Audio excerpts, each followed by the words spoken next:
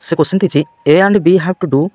13/15 of working together B and C have to do 11/20 of the same work से कहला कि ए और B मिसिकी जो टोटाल काम यानी कि टोटाल जी यूनिट काम हो तार 13/15 अंश करेंगे आउ बी आउ सी मिसिकी टोटाल वर्क जी यूनिट हो तार 11/20 यूनिट करेंगे आम टोटाल वर्क केते यूनिट आम केमी जाना ना ये जो 20 अच्छी आउ जो 15 अच्छी एलसीएम हूँ कौन ना टोटाल वर्क यूनिट ठीक अच्छे एंड टोटाल वर्क यूनिट आम केमी कह टोटाल वर्क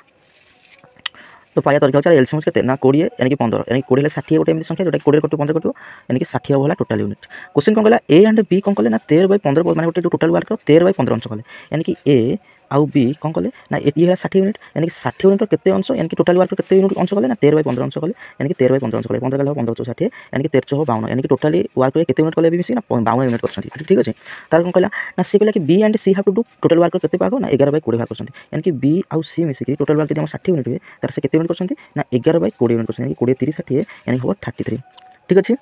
ताले हम करिया कोन ना को फेडी